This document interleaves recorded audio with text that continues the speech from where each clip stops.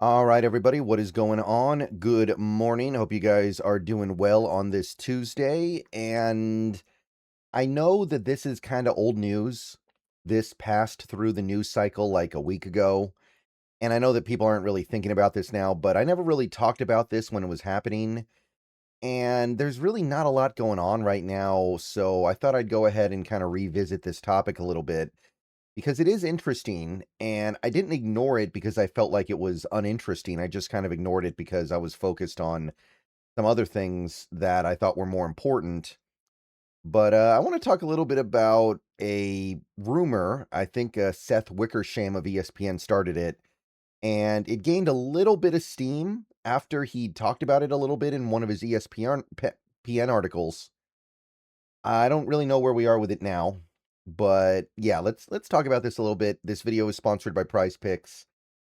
Uh, by the way, I know about the JSN Offensive Player of the Year trophy thing. I know that they misspelled offensive and they messed up the spacing. I know about that. I don't really have anything to say about that. It's dumb and it shouldn't have happened. And it's really, really weird that something like that could actually be allowed to happen.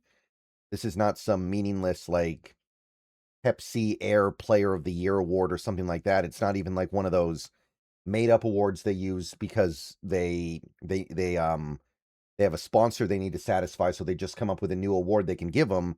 No, this is Offensive Player of the Year. I don't really know what the heck is going on there, but I don't have a ton to say about it, so I'm not really going to make a whole video about it. Just NFL get that fixed very fast.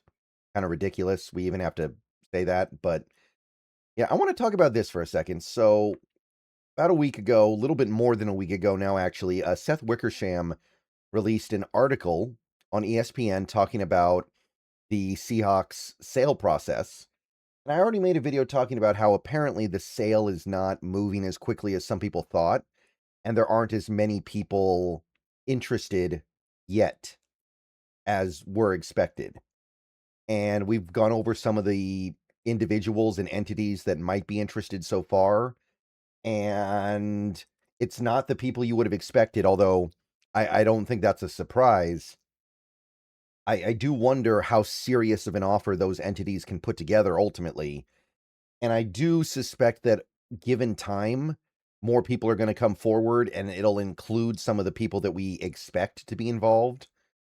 But one thing that Wickersham brought attention to is the possibility that part of the issue here is that the new owner might bring about a new stadium, and that complicates things.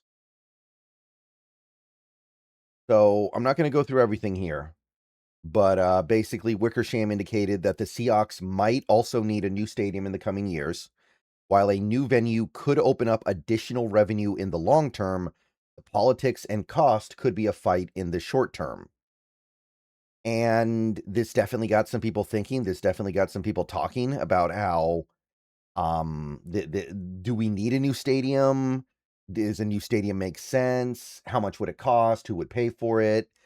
And I want to say this. I always try to come at things from an alternate perspective when it feels like everybody's taking up a consensus position. So I want to say this.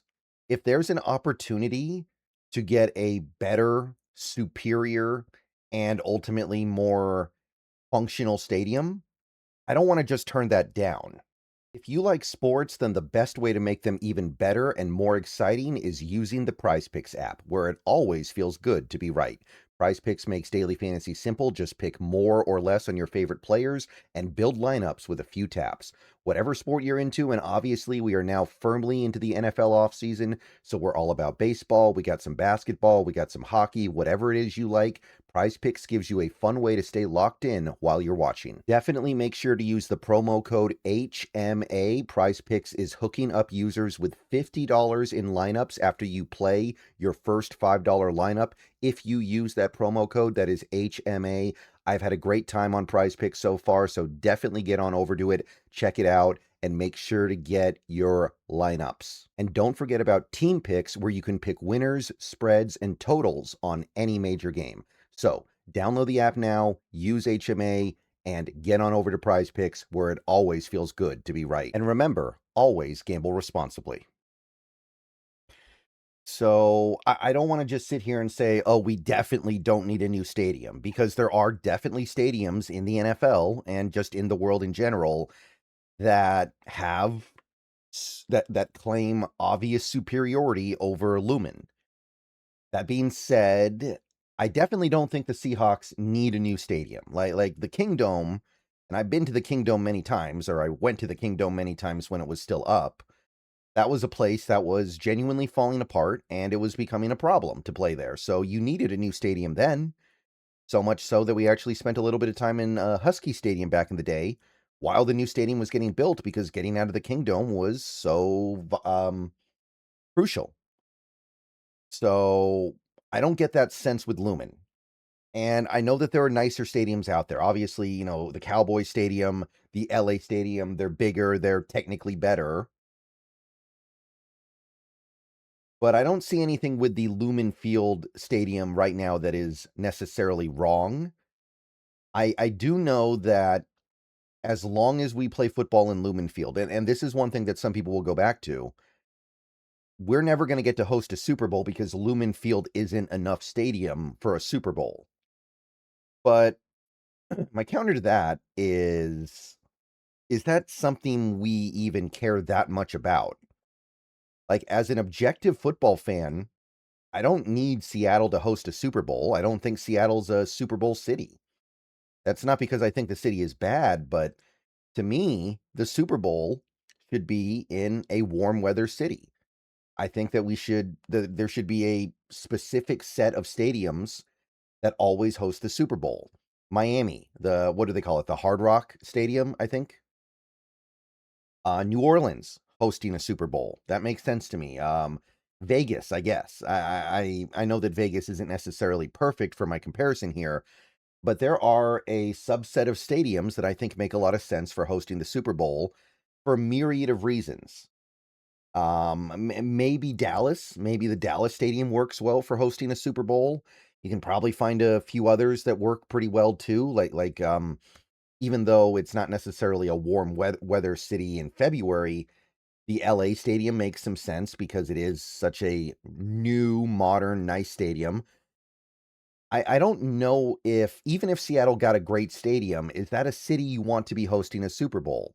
Is that something that I, as a Seahawks fan, would get anything out of, other than the fact that maybe one day my team gets to play in a Super Bowl in Seattle, and I would actually get to go watch it an hour from my house? Or, it's actually a little bit less than that, but it's pretty close. So that's cool. But is that something that I think is worthy of an investment of billions of dollars? And of course, that's the other part of this. If this happens, who pays for it? And at the end of the day, do you want to lose the things that have ultimately made Lumen Field such a good venue? Like, what are you introducing with a new stadium? Probably more seating. Lumen Field seats, I think, less than 70,000. Newer stadiums seat sometimes like 100,000. Maybe Lumen Field, you move on from that, you get a new stadium, and now you can seat 30,000 more people, 40,000 more people. That's cool. Does that make it worth it on its own? I don't think so. It's not like we only seat 40,000 people. It's not ridiculous here. But then you also have the idea of like a retractable roof that I think is interesting and at least worth thinking about. So I don't think it's clear cut here. I know that there are some people who immediately shut this down, just going, oh, Lumen Field is amazing. We can't get rid of Lumen Field. Lumen Field is so good. We love that place. And we do, and we should. And it's a good stadium, and it's well regarded. It's not just us being homers talking about it here. People respect Lumen Field. They think it's a good stadium. And generally speaking, I know that recently it's not been so great, but the Seahawks have enjoyed really good home field advantage at Lumen. But I was thinking about this earlier today, and it surprised me, or not earlier today, yesterday. We've been in Lumen Field for coming up on 30 years now. It's actually longer than I thought. I know it hasn't always been called Lumen Field, but we're coming up on like 30 years in here, and In some ways, it still feels like a new stadium, but once you actually start looking at it and breaking it down, it's really not. So I'm not completely shutting it down, and I'm also not going to be completely shut down to the possibility of it as a good thing. If the stadium is better for it, if the team is better for it, if the organization is better for it, awesome. Now, again, I think that there's more detail that needs to be gotten into as to where would it be, what would necessarily come of it, who would be paying for it, what would it mean for the city, other things like that. So I understand that it's complicated in a way that makes it hard for us to discuss right now, but I do think that this is something that is worth considering as we move forward here. And we need to be open-minded here because there is some benefit here. If you can get a stadium with a retractable roof, that allows you to be a little bit more open-minded in how you build your team. There have been Seahawks teams in recent seasons that I can think of that I believe would have benefited and won more games if they had a retractable roof. They were built to throw the ball. They were built to be more of a finesse team. And it was hard for them to be that in an open-air stadium when they played half their games. So, retractable roof, now you have a little bit of flexibility. So, that's appealing. Fitting 40,000 more people in the stadium is appealing. But it's complicated.